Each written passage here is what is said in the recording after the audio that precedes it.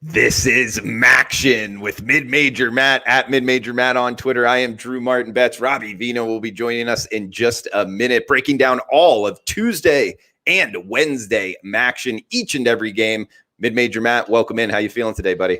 Doing well. Really enjoying the college football season so far. Enjoyed MACtion last Wednesday, although the kicking, I know you're going to do the whole what did we learn? I learned that MAC kicking is terrible. I feel like every team had a missed extra point. There was like 5 missed field goals.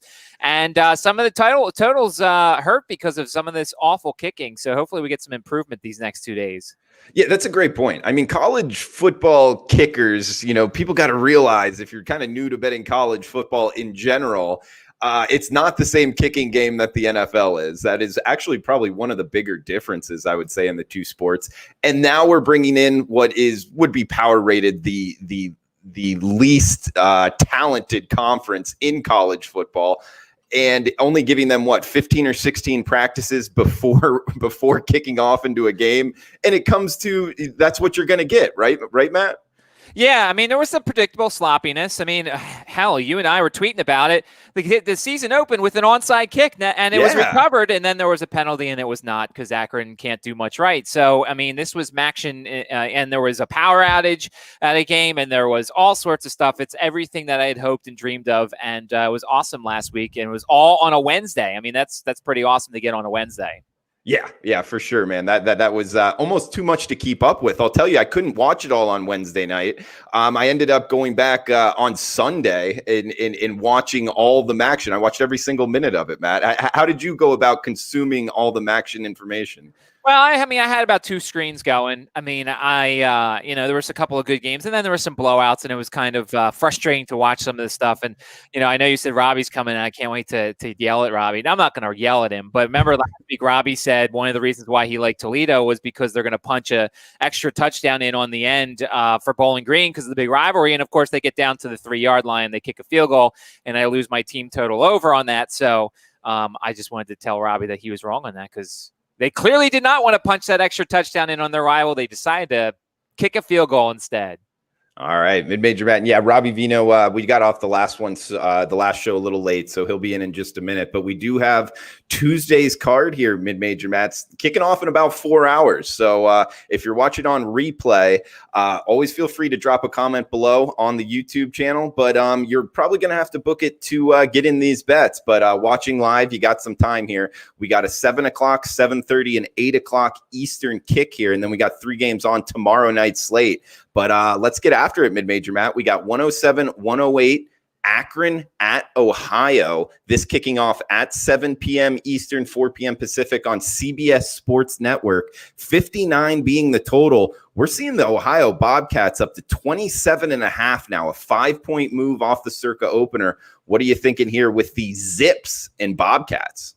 Well, I mean, at first glance, I feel like the move is pretty much just people thinking that Ohio is going to do whatever they want to Akron. And that's probably true, but I don't know how much Akron's going to be able to do to Ohio. So let's get into this. So Akron last week loses 58-13 to Western Michigan. They had an early lead. I think they scored on their first 2 possessions because we had the Akron team total under, and I was sweating it a little bit. And then, of course, they went and became Akron.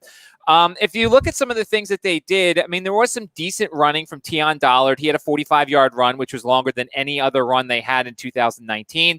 But they were without Cato Nelson, which was the first surprise. When Gibson came out, I think a lot of us thought that Cato Nelson was going to play. He's dealing with some shoulder. He had off-season surgery on his shoulder. And so they said he wasn't quite ready yet. We don't know if he's going to play tonight. We don't know if the Indiana running back Cole Guest is going to play. He's another guy who did not play last week. But Akron predictably was bad after that first stretch. I mean, they have 4 redshirt freshmen on the offensive line. Now, they only allowed 3 sacks, and they're going to grow together. But when you have an offensive line that's pretty much all freshmen, you're going to struggle a bit, and they did. They lost 58-13. On the Ohio side, they lost to Central Michigan 30-27. We talked about it last week. We were not sure how the quarterback breakdown was going to be. Well, it was Curtis Rourke, who was pretty good, 12-19, 232 yards and 2 touchdowns. And then the UNLV transfer, Armani Rogers, who I know you were concerned about. I mean, he pretty much came in and just ran the ball. 7 rushes for 32 yards. He had 4 yards passing. I mean, in college football nowadays, defenses are way too smart to figure things out like that. If you're going to see Rourke in there, you know he's going to throw it. You see Rodgers in there, you know he's going to run it. Ohio had double-digit penalties, and they were one of the least penalized teams in the nation last year. So that was kind of an issue, too, when you look at the Bobcats. To me, it's a name your score kind of game, and you're going to get an angry Ohio. I wouldn't blame anybody if they wanted to take Ohio in the first half here. The team total looks interesting. It's 41.5, and we saw Akron give up 58 last week to Western Michigan, a much high-powered offense, and they gave up 52 to Ohio last year. The thing that you'll get here from Ohio is you're probably going to see both Rourke and Rodgers. So if Rourke goes out in the blowout, you're going to see Rodgers come in. So the offense is still going to want to, they're going to want to get reps for both of them, Drew. So to me, in a blowout situation, you're probably going to get 4 quarters of really good football from the Ohio offense here. So to me, I wouldn't blame you if you look at the Ohio first half. I lean to the under here. I think that you're asking Akron to do a lot of scoring here because I don't know if Ohio can get to 50. So to me, it's a lean on the under in this game and a lean to Ohio in the first half for this contest. Okay, good stuff. Mid-Major Mac kicking it off here with Akron versus Ohio. We also got the man, the myth, Robbie Vino at Rob Vino Sports on Twitter joining us now. Robbie, welcome in, man. How are you guys? Good to be here today. A little MACtion. Little MACtion, back-to-back shows for Robbie. No sweat for him. We got Akron versus Ohio at the top of the card here, Robbie, kicking off 7 p.m., about 4 hours from when we're talking right now. What are you thinking in the kickoff here for MACtion week 2? Yeah, it's interesting. I heard what Matt had to say, and a lot of what he had to say I won't duplicate here. I will say this. The Cato Nelson thing was a bit of a surprise. Zach Gibson, however, guys, was the #1 rated high school quarterback in the state of Georgia. So he doesn't come without credentials. He just comes without experience. He certainly got plenty of experience last week against Western Michigan, a team where I think more so than Ohio U was able to dominate in the trenches. The offensive line for WMU, regarded as one of the best in the league, maybe they and Buffalo, you throw in Toledo perhaps as the tops in this particular conference. So Ohio U maybe doesn't dominate the way Western Michigan did. How about this? Western Michigan scored 58 points on 58 total plays. The game wasn't fast-paced whatsoever, only 122 plays in the entire game. But they got to 71 points. So when we're talking about the total here, you know, when it first came out at 56.5, knowing how key of a number 57 is, I was a little bit tempted to go ahead and play over early, but those numbers got all taken out. 56.5, 57, 57.5, all the way up to 58.5 now. So I don't know. 59 is tough to get to. I do think Ohio U, as methodical as they are, and even with the two-headed quarterback system, you know, it's interesting. Akron head coach Tom Arth said that he doesn't believe, and this is in my mind more coach speak than anything else. He doesn't believe that when Rodgers is on the field, Ohio use a run team. When Rourke is on the field, Ohio use a pass team. It pretty much will be that way. But still, they'll find their way through the Akron defense. They do it methodically. I don't know if they can pile up points the way a Nathan Rourke Ohio U team did. I give them maybe into the 40s. And you know, 41-17 loses or cashes an under ticket here. So for me, I think it's way too close to call total-wise. I don't want to lay big points with Ohio U yet because I just don't know that they're going to be off and running. That loss last week a little bit I don't know, leaves a little bit of doubt in my mind. They should have, even though we picked Central Michigan on this show, I think they should have been able to win that game. So it's a tough game to call. I would say if you had to play it right now, very, very slight lean toward under, but I'm not going to play it, so I'm not going to really recommend it. Yeah, Robbie, you talk about, Central Michigan versus Ohio last week. I mean, it was a competitive game. I mean, yeah, I was on Central Michigan as well, but I thought that it really could have went either game. Either way, it was kind of a toss-up there. Talking about tonight's weather, we are talking MACtion in November. Always check the weather here. It does look actually pretty good in Athens, Ohio, 57 degrees with light winds under 10 miles per hour. So a good one to start off here. Mid-Major Matt, I know you had a question for Robbie on some MACtion. Robbie, you are a college football genius, but last week when you said you were going to take Toledo because they were going to punch one in on Bowling Green, they clearly did not there, Robbie, because that last little drive, they didn't, and I lost my team total because of it, so I was very frustrated with Toledo last week. Yeah, boy, oh boy, man. And they went dry for a while, scoring wise, after getting off to the real fast start. But yeah, I don't know if it was a lack of motivation, but you're right. They didn't stick it in there the way I thought maybe they'd give a little extra to their rival in that game, which didn't happen. And Robbie, want to give you the chance. Did you want to throw anything out there that you learned this past Wednesday watching MACtion to maybe bring to this week's MACtion bettors that they might be able to get an edge over the odds makers? We'll talk about it, Drew, but okay. I would probably say that A.J. Meyer, the quarterback for Miami of Ohio, he's a better quarterback than the one that left the game. Fantastic job throwing the football, confidence, accurate, short ball, long ball, whatever. I even commented on Twitter during the game last week. Very, very surprised because I didn't know much about him until I saw him. But I don't know that Gabbert makes his way back to the number one position unless it's just based on seniority. Yeah, I could see that as well. And it actually cost me some money. I was on Ball State in that one, but he did throw the ball very well. So we got the second game up, 7:30 Eastern kick here on ESPN2. So it's really cool. All of these MACtion games, all 6 of them, 3 tonight, 3 tomorrow on major networks here. So we'll be getting some watch and win MACtion mid-major, Matt. We got Kent State at Bowling Green. A lot of guys in the chat box talking about Bowling Green here. Somebody's got to take a leap sometime, you would think, in backing the Bowling Green Falcons. 0-1 straight up, 0-1 ATS. We'll see if maybe tonight, who knows? But Kent State minus 20.5 road favorites here, 56 being the total. Any interest in betting this one, mid-major, Matt? Well, first thing here, you mentioned the weather last game. There is a completely different weather here, at least in terms of the wind, a 20-mile-per-hour crosswind potentially, which will hurt the passing games. And you've seen the money come in on the under for this one because you look at a wind like that. Kent State wants to throw the ball with Crum and with McCoy, and they may be able to. They're just going to have to shorten some things up here and not go as deep as they would like. And the flash fast offense was hit or miss last week. I mean, they beat Eastern Michigan 27-23, but they couldn't get things going consistently. And the surprising part that came out of that was their defense. 1.9 yards per carry for Eastern Michigan last week, and they sacked him 5 times. They sacked Preston Hutchinson 5 times. They intercepted him twice. I don't know if we can rely on that Kent State defense every week, but it was at least good to see for one week. And then you look on the Bowling Green side. I mean, it was a pretty embarrassing effort. I don't know if you saw the video that's going around of McDonald, who was, oh my God, it was brutal. And then his passing motion with the hitch in it. I mean, he had single-digit completions.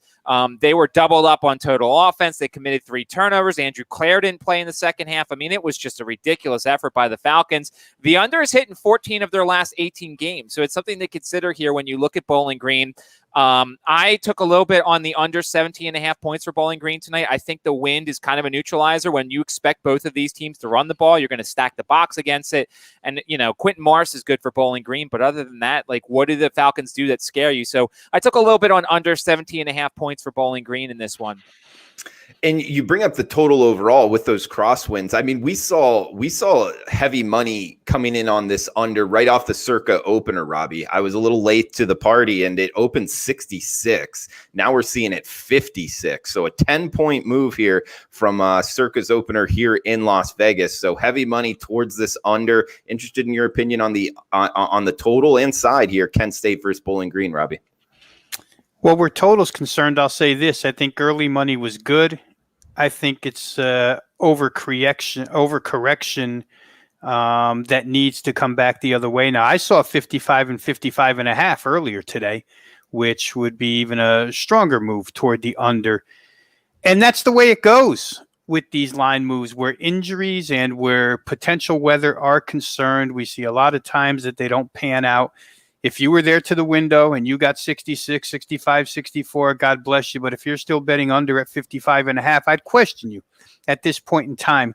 Kent State, we always talk, guys, in football especially, about the improvement made from week 1 to week 2. Kent was good offensively last week, but as Matt said, they weren't the Kent that we expected in week 1.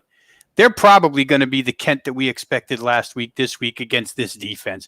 I can easily see Kent going for 42 points in this game, whether it be on crossing routes that go for touchdowns, whether it go for runs that break open.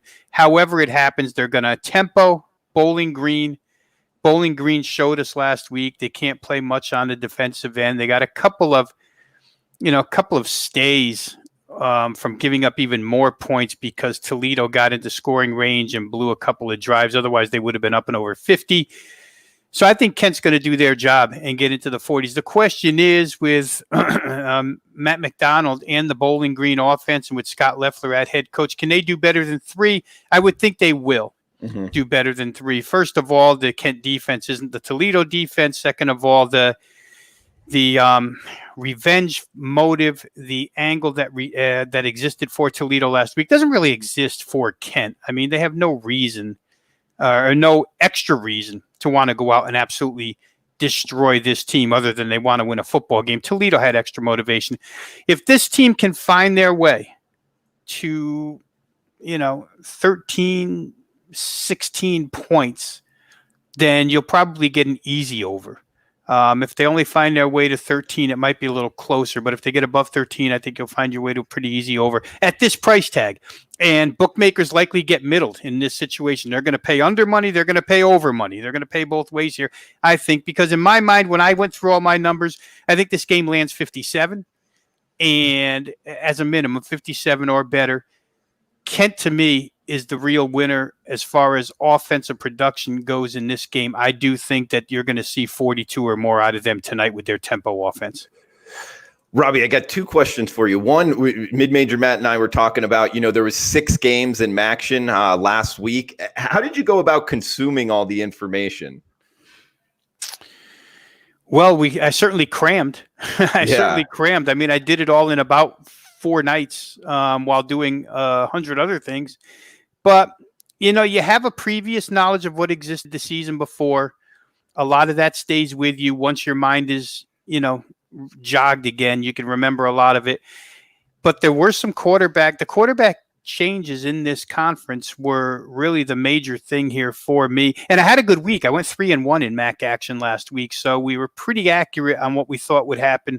We'll see if that continues in week 2 here, Drew, but that's about how I went at it. I crammed like you're back in college or something and, just based myself or used a lot of last year's knowledge that came back to me when I read up on previews of these teams and games. And it leads to my second question because, one, I'm interested in how you did it because I was so far behind. I ended up watching, 3 other MAC games on Sunday when the Circa openers came out. So I missed the openers, which I hate doing because I love betting into openers. I think it's the most inefficient market and the best way for sports bettors to get an advantage over the odds makers. But one of the problems was Kent State Bowling Green. I had under. I was surprised that they opened at 66. But by the time I got to Circa, it was already down to like 61. So I'm like, man, I can't be on the opposite end of a 5-point move. But to your point, watch out here betting mid-50s because both of these 2 teams will go up tempo. There's not going to be a lot of sitting on the ball here. We got Dino Babers, right-hand man here calling the plays for Kent State, and Bowling Green goes up tempo as well. That's what I'm worried about here. Is Bowling Green going to actually be able to move the ball? Because if they can, I think that this can get over 55. Yeah, I agree, Drew. You have to put some faith in Scott Loeffler, the head coach of Bowling Green, to do some corrections on offense. I think in my case, I put a little bit of stock in the defensive step down in class. I think Toledo, obviously a better defensive unit and a motivated defensive unit last week. They wanted badly to get that shutout. They didn't get it. I don't know that Kent is as motivated to do that. Kent probably, guys, to tell you the truth, if you're in the mindset of the Kent State team, you probably want to improve your offensive point production more than anything. 27 is not generally a number that will get it done in this conference. And this is a team that is one of the top offensive teams in the league and should be 40 plus in a game like this. So I agree with you, Drew. I think the correction has just been way too strong and it's time for some take back. Any closing thoughts on that, Mid-Major Matt, this total move? I agree with what you guys are saying with regards to it. I just wonder how much the wind plays into it. And obviously, when you're Kent State, you can throw a lot of shorter passes and things like that. And obviously, I'm hoping, as somebody who took under 17.5 for Bowling Green, that their total is around 17 or so. But I could see what he's saying. And I think Bowling Green will be better. I think Kent State's defense looked good last week against Eastern Michigan because we didn't expect as much from Eastern Michigan. So, I mean, I could see that. You could get a very nice middle here if you took that first under and then you take the over, and you've got 10 points essentially to play with here. So, yeah, I would definitely middle something like this. He's mid-major. And guys, we don't talk about it a lot, guys, real quick, because it doesn't come to mind right offhand. But in wind conditions like this, if at times during the game crosswinds act up, it can lead to fumbled punts. It can lead to pass interceptions. It can lead to a lot of things that we generally don't talk about where point production is concerned. So you have that little bit of an angle too if you're playing over. Lucky points, we'll put it in that category, that you could get if at some point during the 60 minutes you have these heavy crosswinds. And this is the MACtion Every Game on the Board show to kick off Every Game on the Board podcast, the Sports Memo podcast, 20 years running, simulcast on the WagerTalk YouTube channel each and every Tuesday. The MACtion portion, 12 noon Pacific, breaking down all the MACtion games. Mid-Major Matt, Rob Vino, I am Drew Martin. We got the third game for tonight, guys, 8 p.m. Eastern kick. Miami of Ohio at the Buffalo Bulls. We got Buffalo now as low as -7, 55 being the total. This one kind of the marquee matchup here, guys, in the MAC. This on ESPN, the real ESPN. That's MAC on ESPN. You don't normally see that, but we'll get it this year. Guys in the chat box here, Mid-Major Matt, asking about this. You know, Buffalo down to -7. Got any interest here? Because this is a totally different number than the opener at -12. So big, huge move here towards Miami of Ohio money coming in the market. Do you think it's low enough to jump on Buffalo minus just a flat touchdown here, Matt? I don't know if I can. If you can find another team, you want to tease it down even more. It's a teasable number now. And now it's harder to tease in college football because you're depending upon college age kids to do what they're supposed to. But I mean, this is now, it's a teasable number now when it comes to 7. You know, I think a lot of people look at last year and they saw Miami win 34-20 in this game. They saw how good Buffalo was last year. They've seen how good Miami of Ohio is in these one possession games. They keep getting that luck. It's that Chuck Martin mojo going on there in Oxford. And they saw what A.J. Meyer did. And of course, what Rob said about him, he did look good. He had some of his mistakes, but of course, you're expecting that from a backup quarterback. They are in their 4th string running back in Zach Kahn. And look, last week, you know, I've said it. I liked Ball State, and I was very disappointed by what happened. But I think this Buffalo team is a lot better than people are giving them credit for. 357 yards over 57 snaps. Now, the score was a little bit weird because they gave up some late touchdowns in garbage time. And, of course, the defense had 3 touchdowns and forced 5 takeaways. But I think this Buffalo team is really good here. And if you look at that game last year, Buffalo moved up and down the field. They rushed for 309 yards in that game. Matt Myers was horrendous. I don't remember the exact stat line, but he was like 4 of 17, a couple of interceptions, and that's why Buffalo lost. But they were able to do whatever they want. Patterson and Marks both got over 100 yards. I took as part of a free play on sportsmemo.com. I took the first half over for Buffalo at 16.5. I just think this is a Bulls team that's going to work their magic when it comes to running. Miami's defense wasn't great last week. They gave up 170 yards to Ball State. So to me, I think this is a determined Buffalo team. And if you want to feel more comfortable, then throw it in a teaser, but you got to find something else that you are equally confident in besides that. Robbie, 2 good coaches here. You know, Miami of Ohio, Buffalo, Lance Leopold, one of my favorite coaches actually in all of college football, what he was able to do at the Division III level and bringing it here to the MAC with Buffalo, a winning program now. -7, you know, it's something I'm interested in. I haven't bet it personally yet. Robbie, I do like the over here as well. You know, we got 53, 55.5. I don't know. I don't feel as confident in that is that. I'll throw it over to you, Robbie. Really interested in your opinion. Well, I don't know that I feel confident in any of this, Drew, whether it be side or total, tell you the truth. Now, my power rating suggested that Buffalo should have been a 6-point favorite off the opener. So perhaps a lot of the downward line movement is guys who have numbers in the same vicinity that I did. And they just thought that there was a lot of value taking Miami early on. But let's go back to the concept of game 1 versus game 2 and see what we could come up with here. Now, Buffalo played an absolutely freshman-dominated Northern Illinois team last week. Northern Illinois is almost in a grassroots type of rebuild. And if it weren't for 3 third-quarter turnovers, they were life and death with that team. They were not breaking away from Northern Illinois until the defense, set up the offense, and separated them from the Huskies in that contest, and then they pulled away from there. And even Northern Illinois continued to score late. They got 30 points in that game, which has to be a little bit discouraging if you're Buffalo and you're priding yourself this year, especially on trench play, dominating with the offensive line and the defensive line. The defensive turnovers that they got against Northern Illinois, are they going to show up here against Miami of Ohio? I'm not sure. I mean, again, we talked about Chuck Martin last week, and Matt just mentioned him again this week, and his teams are generally very well coached. So I don't know if they're going to get that type of production out of their defense. If they don't, is this game closer? Miami's good enough defensively, and Miami played a much more difficult opponent last week, right? They played Ball State without their top 2 running backs, without their number 1 quarterback, brought the number 2 in, who just happened to be better than the number 1, and started completing passes all over the field. But they beat a very highly touted Ball State team. So week 1 to week 2, you can almost say Miami showed you more last week than Buffalo did. But it's a different matchup here. It's a different week. Everything's not always relative. Everything's not always logical. Otherwise, none of us would ever lose a bet. I think here that Buffalo will try and run it right at Miami with Patterson and company, and maybe set up the pass with Van Treese. He's nothing special. He's good. He's not special. I like the Miami kid at quarterback better.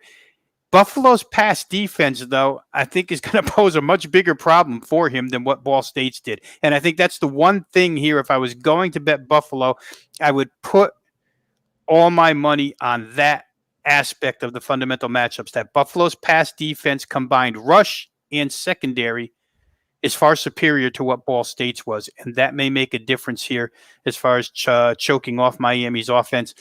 Again, I'm just not thrilled with any of it, Drew, because I could make conflicting cases for both sides, whether it be side or total, and none of these numbers thrill me to play into, so I'll probably lay off the game and watch it. For me, maybe something in game, but as far as side and total are concerned, I think I'll lay off. Yeah, this is a good one in the MAC. 2 good teams here, well coached, like we talked about. I don't know, Robbie. I mean, there are 7.5s and 7s out there in the marketplace. I think it's almost a buy low on Buffalo here. I think their running game, we saw it. They put up near 50 points. Now, you made a good point that they let up 30 points to a Northern Illinois team. And I think Miami of Ohio is going to get theirs. They had a back and forth game with Ball State. That was a great game to watch. Unfortunately, if you had money on Ball State, there was a key interception there at the end that gave Miami, Ohio the win. But overall, this is going to be a good one. 8 p.m. Eastern. I'm looking at Buffalo, though, guys, and might make the ticket for best bets coming up at the end of the show each and every Tuesday, guys, here, 12 noon Pacific time. This is MACtion, every game on the board. We also break down every game on the board in all of college football starting tomorrow. We're touching them all in every single American football game out there, college football and the NFL. We got it for you. Sports Memo podcast and simulcast on the WagerTalk YouTube channel. Thanks to everybody in the chat box coming in. All the comments here. Good to see all you guys. Gerald Martinez, Ken Gurley, Isaac, Tackman Call, Rookie MVP. Feel free to chime in on the chat box. And if you're liking the content, guys, please smash the like button. And if you're watching on replay, feel free to drop a comment below. We got Eastern Michigan at Ball State up next, 7 p.m. on Wednesday, 117, 118, 60.5 being the total, minus 8.5 here, Robbie. Starting off with you, Ball State looked good last week, minus 8 here against an Eastern Michigan team that I thought looked a little rough. I'm kind of looking towards Ball State in this one, but interested in your thoughts, Rob. Yeah, and just for housekeeping purposes, we'll remember to go back to 115, 116, Central Michigan, Northern Illinois after we do this one, Drew. Eastern Michigan and Ball State, I'll tell you what, I'm pretty well set on playing this game over the total. Ball State, to me, offensively, did nothing wrong last week. They probably could have done a little more right. But that's a good Miami defense that, kind of bend but don't break type of thing. You can move it on them, but they'll come up with a big play every now and again. I'm not so sure that they'll face that when it comes to Eastern Michigan in this particular game. EMU, once again, we talked about, not having Mike Glass and not having their top running back, filling Shaq Van filling those 2 spots. But they played decent enough offensively to me to push this thing over the number. Now we see a little bit of an increase. I'm looking right now. I see from 58.5 up to 60.5, so to speak. So you need a 34-27 game to get you there or something in that vicinity. I don't know that it's a real problem. I think Ball State, again, I talked about it with Kent. And Kent's improvement to me, because they're playing a lesser defense offensively, will be more this week. Ball State did score 31 last week, but I think they're headed for over 40 here. Their combination of run pass, to me, is as good as any in the MAC where offense is concerned. They still have those problems on the defensive side, and we saw it last week when the backup quarterback came in and sliced them up. They're not particularly great at getting to the QB, and they're not particularly great at handling receivers. EMU, not in the class of what we saw out of Miami, Ohio last week. But then again, Miami of Ohio wasn't supposed to be that great throwing the football either. So I think it's more of an indictment on the Ball State pass defense. To me, this number, very, very achievable, guys. Rather than getting into a side, my first glance was total. I think I'll stick with that. I think this game finds its way into the mid-60s with Ball State leading the way. I just think, like Kent, they're going to be a 40-plus team this week. I don't see Eastern Michigan doing very much to stop them in that contest. Yeah, I like the favorite here at home as well. Mid-major Matt looking to lay the 8 with Ball State. I think the quarterback play might be some of the best in the MAC, but what are you thinking here? Eastern Michigan at Ball State. Well, this could be the other half of the teaser with Buffalo. I mean, you could tease both of these down below the key number of 3. And I mean, obviously, look, it's a lot tougher to do teasers in college football because these kids are not professionals. These kids are, who knows what happens the night before and everything. But, you figure, I agree. I figure Ball State wins. I obviously on this show last week picked Ball State to win the MAC. Of course, I'm off to a rough start there. But, I mean, their offense, as Rob said, they did what they wanted to. Although that last interception by Plitt was not very good. He didn't put, enough touch on it, and it went right to the guy.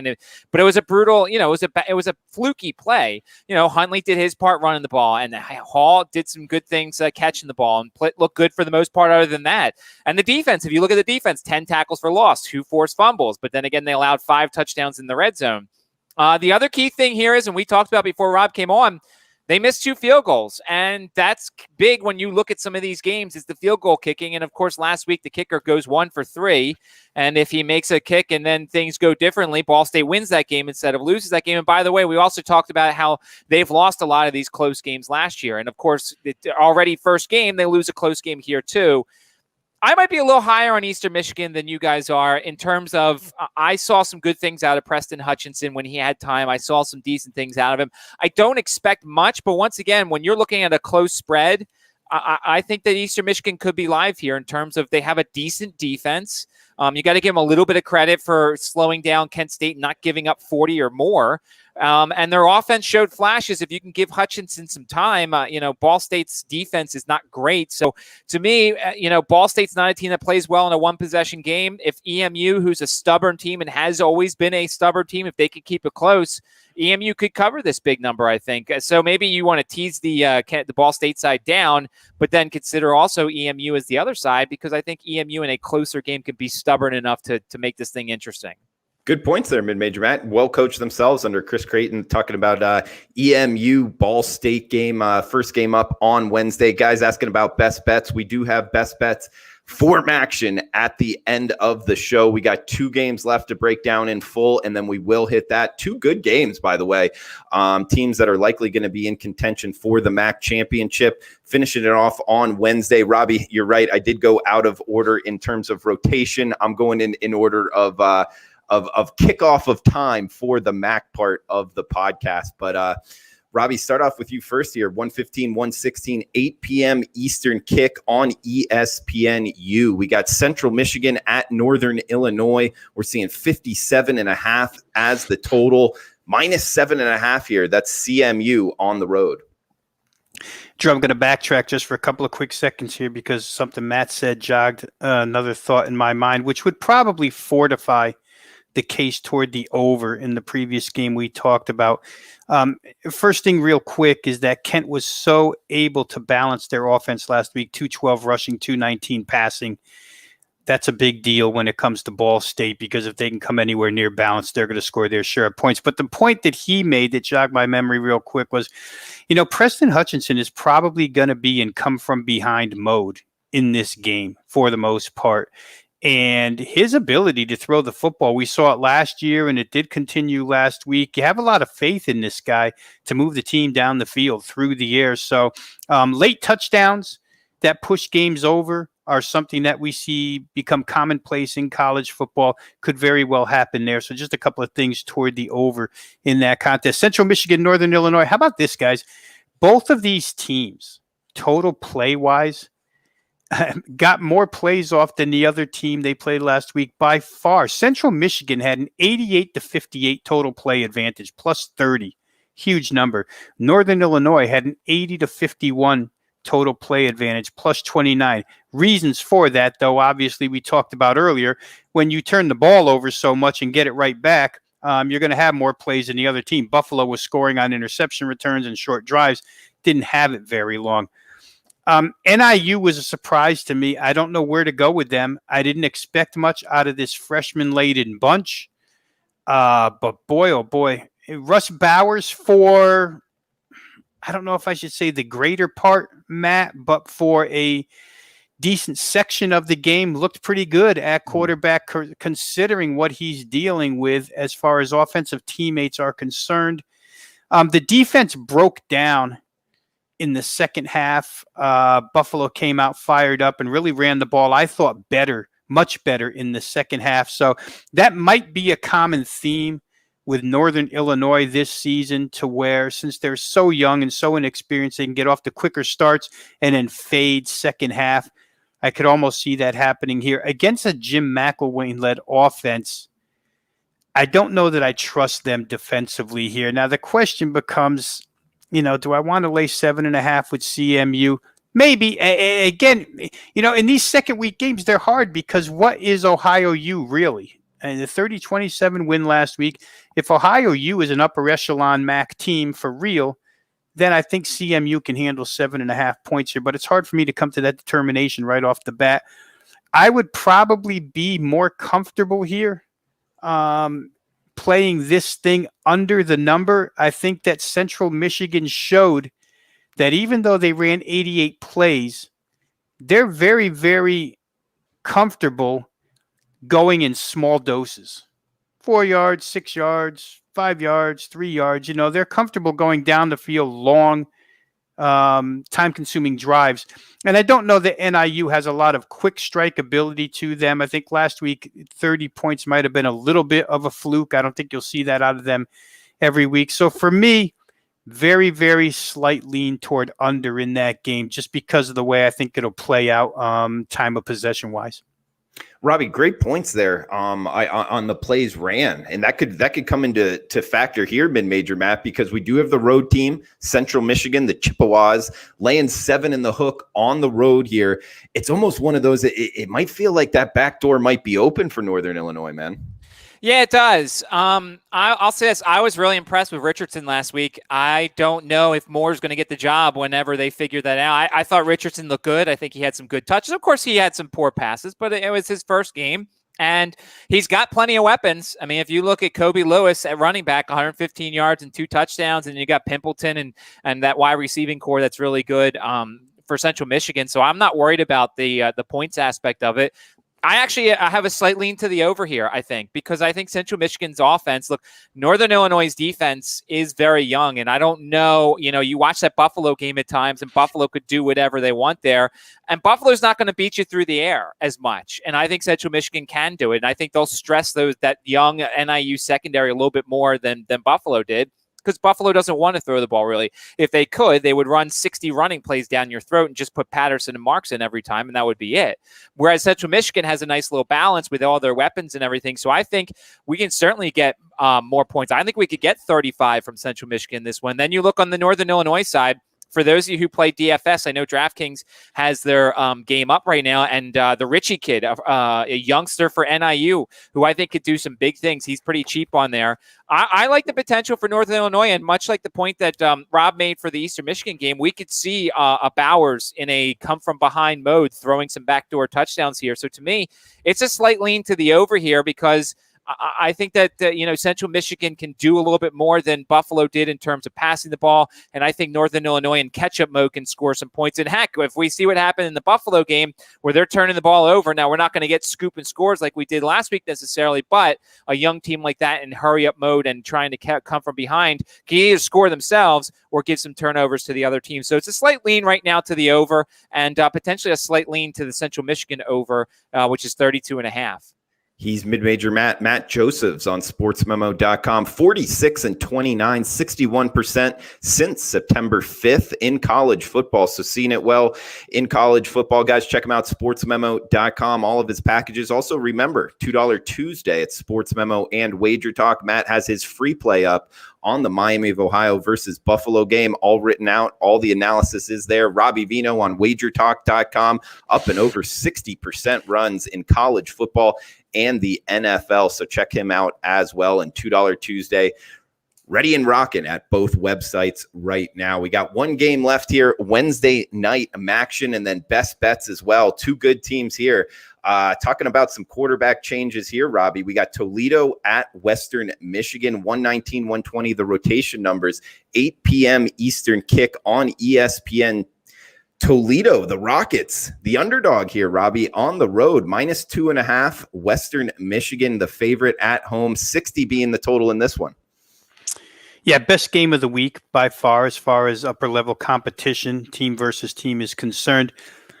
When you go through all the fundamental matchups, at least when I did, guys, I come back to making the slight separation here, and we'll see what Matt says on this, but I separate these teams at quarterback, and maybe I'm sliding Eli Peters a little bit, but I favor Ellaby as a quarterback over Peters. I find Eli Peters at times to be too mistake prone, even though he's got a lot of playing time under his belt. Guys, don't forget he's a Big Ten transfer to this program, so he's got some pedigree himself. But I just watching him last year, watching him last week when Toledo went silent offensively after 21 fast points, I think I would prefer Caleb Ellaby, his ability to do a couple of things with his legs, with his arm. I think he was 12 of 16 last week. And then, it's a paper thin separation, but maybe Western Michigan, to me, their offensive line is just a little bit better, a little more physical than Toledo's. Now, Toledo can obviously run the football with Kovac and company, so you're not making a huge, significant, you're not giving a significant edge there. But these two teams are, in my estimation, really evenly matched. Where I landed on this one, and again, haven't played it yet, but where I land is on this total under the number of 59.5. Drew, you just said 60, so I'll say under 60, because to me, the defenses here on both sides are good enough, in my estimation, to bring this game. When I just try and picture a final score at its max, I picture this as a 31-28 game. That's 59 points. So that starts me toward the under here. If we can get a couple of drives that maybe go places and then stall out, you wind up staying under fairly well here. I don't think there'll be a lot of home run plays, so to speak, in this game, because I think the defenses are good enough to prevent both.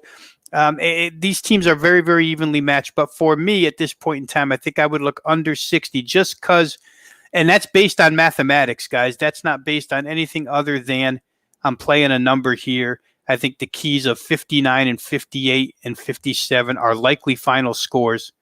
Any one of those three. So to me, 60 is just too high.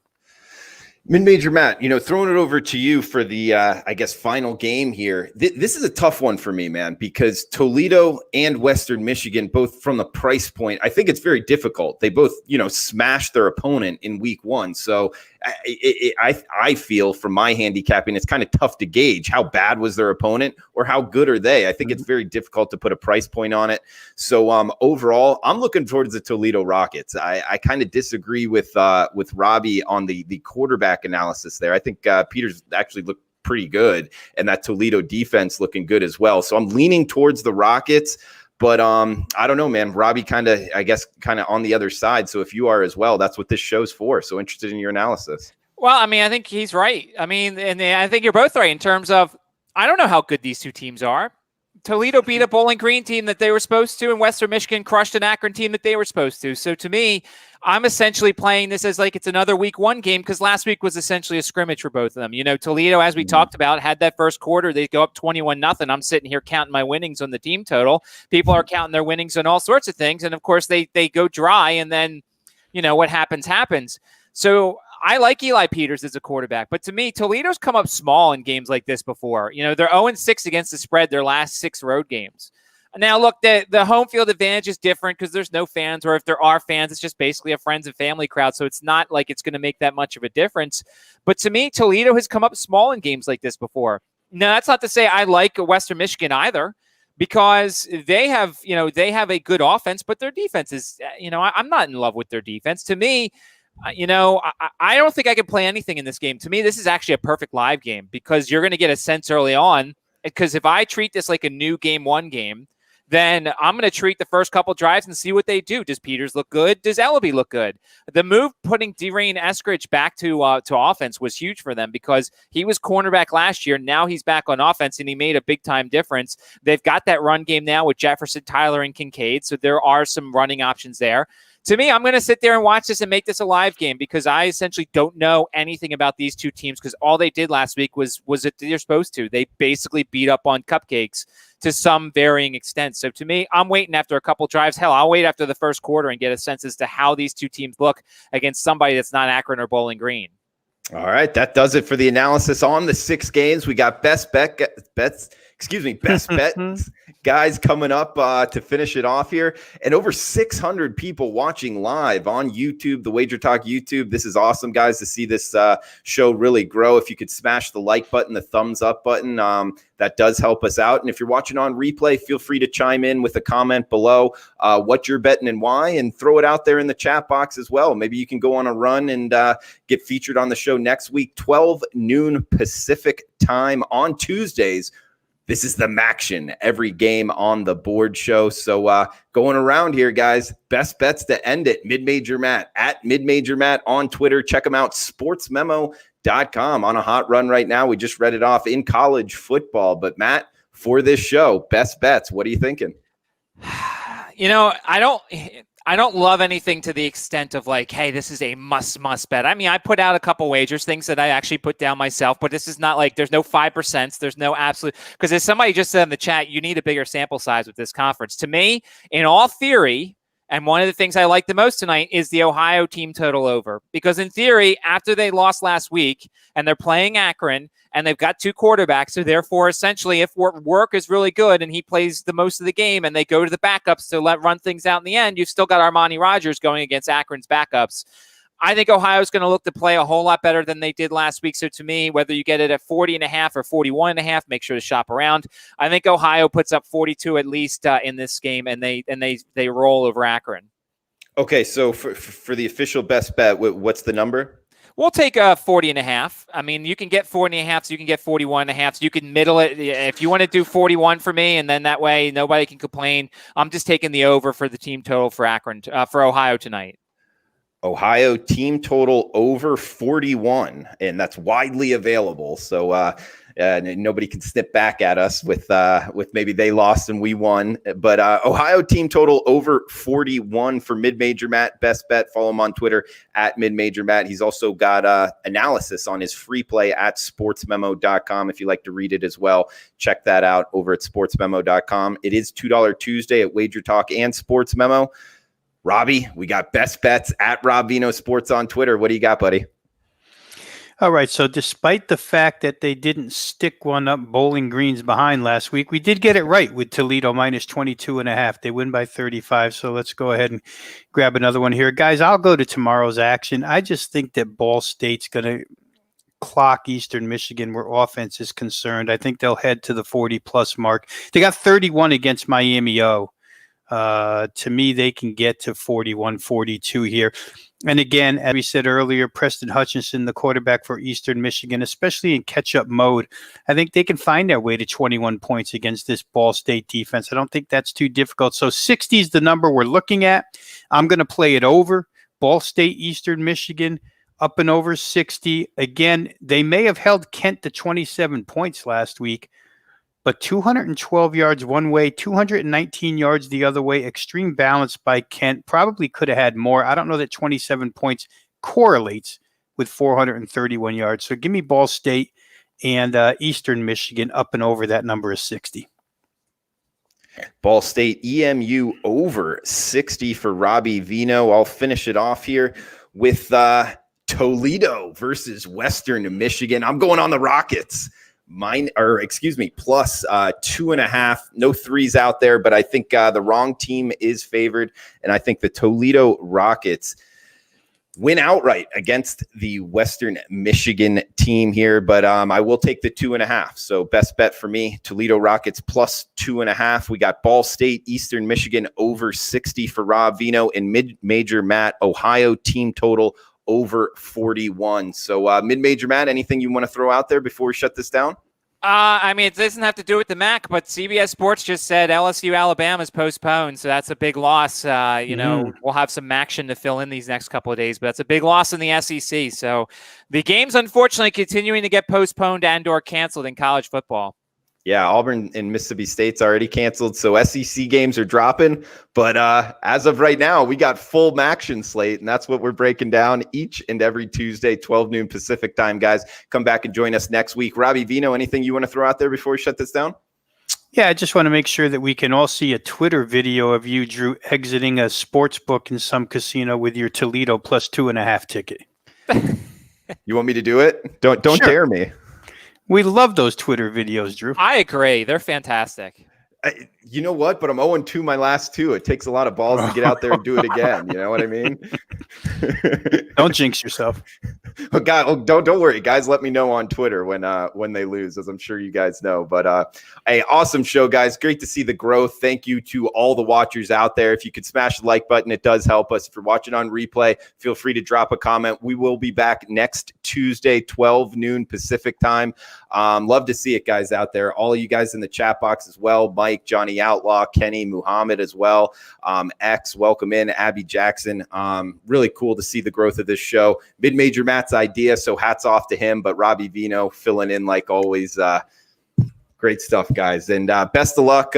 Enjoy MACtion tonight, tomorrow night, and hopefully these best bets cash, guys. So for Mid-major Matt, Rob Vino, I am Drew Martin. We'll see you next Tuesday, 12 noon Pacific. We also got college football, every game on the board. Mid-major Matt and Robbie, both a part of it. So come back and join us tomorrow, wherever you're downloading your podcasts at Sports Memo Podcast and simulcast on the WagerTalk YouTube channel. So until then, enjoy MACtion.